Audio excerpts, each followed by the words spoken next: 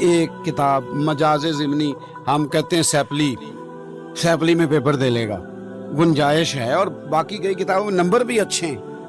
2-3 دفعہ میسج بھیجا میں نے کہا اسے کو سامنے تو آیا تو ہنستے ہوئے، جی وہ اس دن ایسے تھا، رات کو میں فلانی جگہ پہ تھا، تو نمبر میرے ہیں 22، تو بس وہ اپنی سوچ میں تھا تو میں اپنی سوچ میں نے کہا ایک پرچے میں فیل ہوا ہے، وہ بھی پورا نہیں، تو کسی کے سامنے نہیں آ رہا، تو قیامت میں ہمارے بھی تو پرچے کھلنے ہیں نا۔ ایک پرچہ ہوگا ماں باپ کے نام کا، دیکھنا ہے ان کی خدمت میں تو پاس ہے کہ فیل ہے۔ یاد رکھنا یہ پرچہ ہما جنتک و نارک، نبی پاک نے فرمایا تیرا ماں باپ تیری جنت اور دوزخ ہیں، تو نے زندگی ان کا دل دکھا کے گزاری ہے کہ ٹھنڈک دے کے، یہ پرچہ آؤٹ ہوگا، اور میاں پاس کرے گا تو جائے گا۔ ایک پرچہ اولاد کے نام کا ہے، تیری ڈیوٹی تھی تربیت کرنا۔ یا ایھا الذین آمنوا قوا انفسکم واہلیکم نارا، خود بھی دوزخ کی آگ سے بچنا، اپنے گھر والوں کو بھی بچانا۔ ایک پرچہ یہ بھی ہے، یہ بھی کھلے گا کہ تو نے ڈیوٹی ٹھیک دی کہ نہ دی۔ ایک پرچہ حق حلال کا ہے کہ کمائی جائز تھی کہ ناجائز تھی، یہ بھی پرچہ ہے۔ ایک پرچہ یہ ہے کہ عمر کہاں گزاری تھی، بتا کس کس چوک میں گزری۔ وہ کہے گا جی میں نے نا بڑی ڈیوٹی کی، سال کے بعد مری میں توجہ سے جاتا تھا، کوئی ناگا نہیں میرا کگان نران کا سواد کا، کوئی کسی قسم کی چھٹی نہیں، پوچھ لیں آپ، یہ پرچہ دیں گے۔ یہ سوال ہے میدان محشر کا، عمر کہاں گزاری، اور پھر ان میں سے قیمتی حصہ جوانی کہاں گزری، یہ الگ سے پرچہ ہے، اس کا جواب دینا ہے۔ اور جو میدان محشر کا پرچہ ہے نا وہ ڈبل قسم کا ہے۔ حضور فرماتے ہیں رب یہ بھی پوچھے گا مال کمایا کہاں سے، تو تمہارا نہیں پیسہ اللہ کا دیا ہوا ہے، مرضی سے خرچ نہیں کر سکتے۔ یہ بھی پوچھے گا کمایا کہاں سے، اور یہ بھی پوچھے گا لگایا کہاں تھا۔ یہ سوال ہے میدان محشر۔ آپ کو اجازت نہیں ہے اللہ جائز پیسے دے آپ ناجائز جگہ پہ لگائیں، آپ مالک نہیں ہیں، آپ کو تو بطور امانت دیا گیا سارا کچھ، ورنہ للہ ما فی السماوات و ما فی الارض، زمین آسمان میں جو بھی ہے اس کا مالک اللہ ہے۔ ایک پرچہ میرے بھائی یہ بھی ہے، ایک پرچہ ہے پورا، ایک پرچہ میدان محشر کا یہ بھی ہے کہ اپنے علم پر عمل کتنا کیا۔ باتیں تو بڑی آتی تھی، کہانیاں تو بڑی سناتا تھا، جب تو بات چھیڑتا تھا تو پنچایتی بھی تیری طرح کا کوئی نہیں، سیاںا بھی تیری طرح کا کوئی نہیں، پڑھا لکھا بھی تیری طرح کا کوئی نہیں، فلاسفر بھی تیری طرح کا کوئی نہیں، اور تو باتیں کرنے بیٹھتا تھا تو مفتی بھی تو ہی لگتا تھا، منطقی بھی تو ہی لگتا تھا، فلسفی بھی تو ہی لگتا تھا، درویش بھی تو ہی لگتا، ہر شے کا تجھے پتا تھا۔ یہ بتا علم پر عمل کہاں تک کیا۔ ایک شاعر نے رو کے کہا تھا لوگوں آگہی بھی ایک قیامت ہے، جو تجھے پتا ہے نا مت سمجھنا کہ یہ تیرے لیے آسانی ہے، یہ پتا ہونا بھی ایک مشقت ہے، کیونکہ جسے پتا ہوگا نا اسے پوچھا بھی جائے گا۔